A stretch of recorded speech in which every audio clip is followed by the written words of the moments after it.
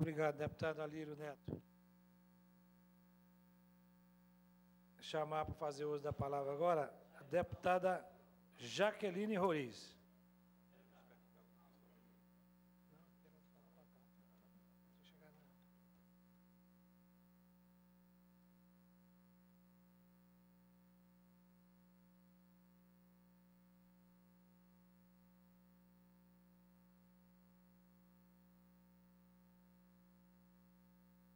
Senhor presidente, senhores deputados, servidores dessa casa, jornalistas, eu recebi a difícil missão de ler a carta de renúncia do deputado Júnior Brunelli. Ele me telefonou, pediu que eu o fizesse e, logicamente, o atendi e o atenderei. Acredito que a passagem dele nesta casa, ele ajudou muitas pessoas, ele foi sempre um defensor dos mais humildes, e eu não poderia negar esse pedido. Portanto, aqui, passo a ler a carta do deputado Júnior Brunelli. A mesa diretora da Câmara Legislativa do Distrito Federal. Prezados senhores, os caminhos da política, por vezes, são injustos e implacáveis. Venho hoje a esta tribuna com a consciência do dever cumprido, convicto de que, durante 2 mandatos eletivos consecutivos, trabalhei na defesa do povo de Deus, segmento que, em vários momentos, foi alvo de profundas injustiças e até mesmo de preconceitos.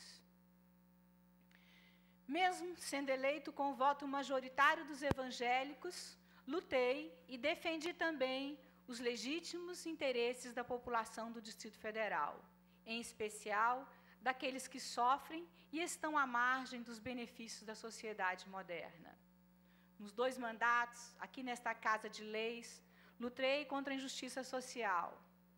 Fato este retratado no trabalho árduo e consciente da defesa da regularização dos condomínios de baixa renda, especialmente os núcleos urbanos da periferia de Ceilândia, casos do sol nascente, pôr do sol, além de vários outros condomínios.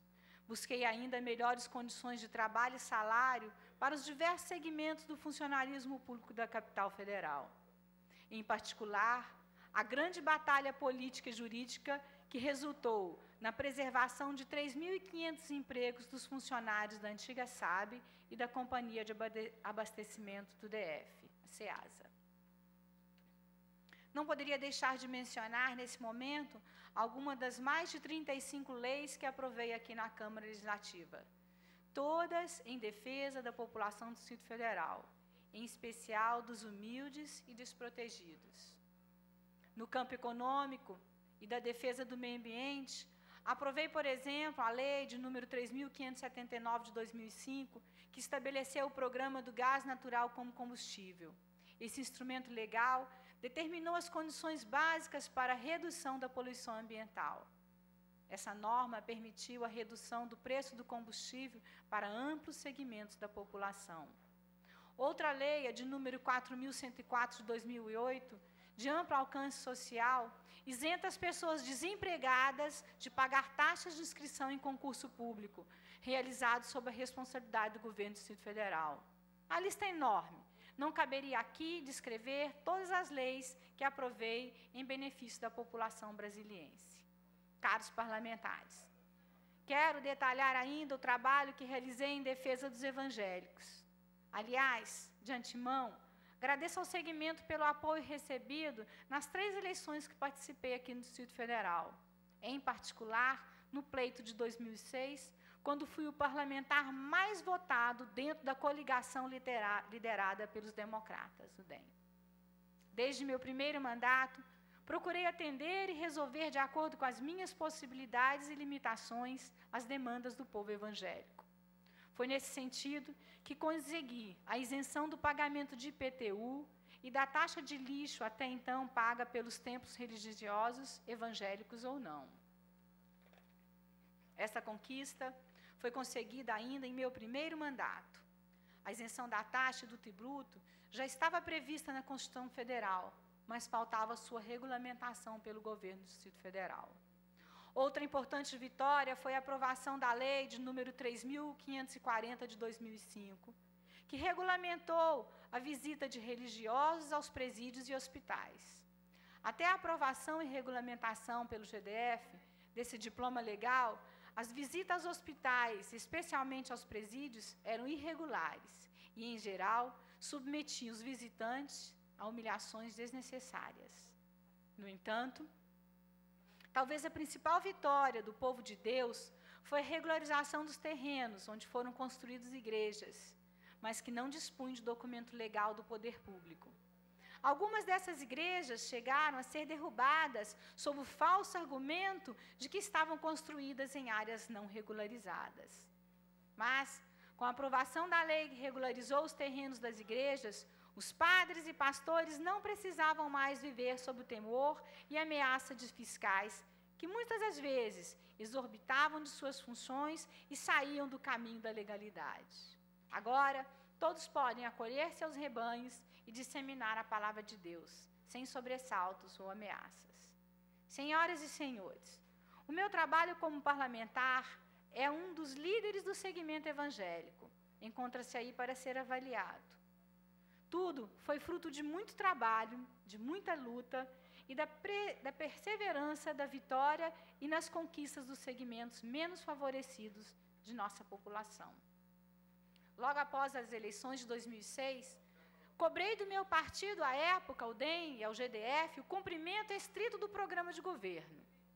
Mesmo sendo base de apoio ao governador José Roberto Arruda, fiz críticas severas às medidas tomadas que provocaram angústia e sofrimento ao povo humilde desta cidade.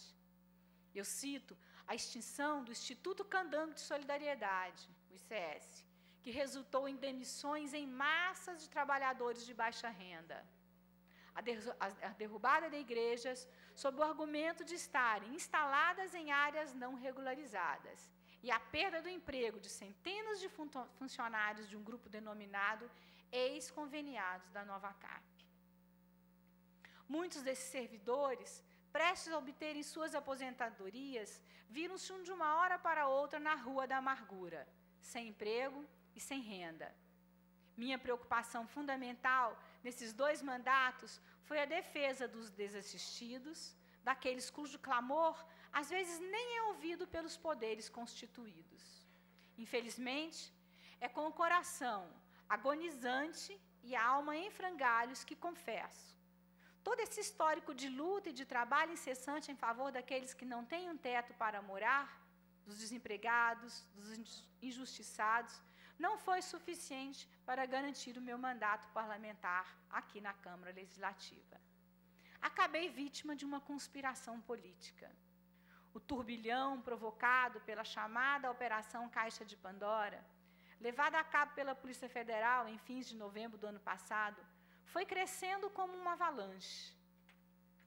A forma como o tema foi levado à opinião pública, com imagens montadas e manipuladas ao sabor da conveniência dos poderosos de ocasião, teve o objetivo específico de desestabilizar meu trabalho parlamentar e impedir novos horizontes em minha carreira política.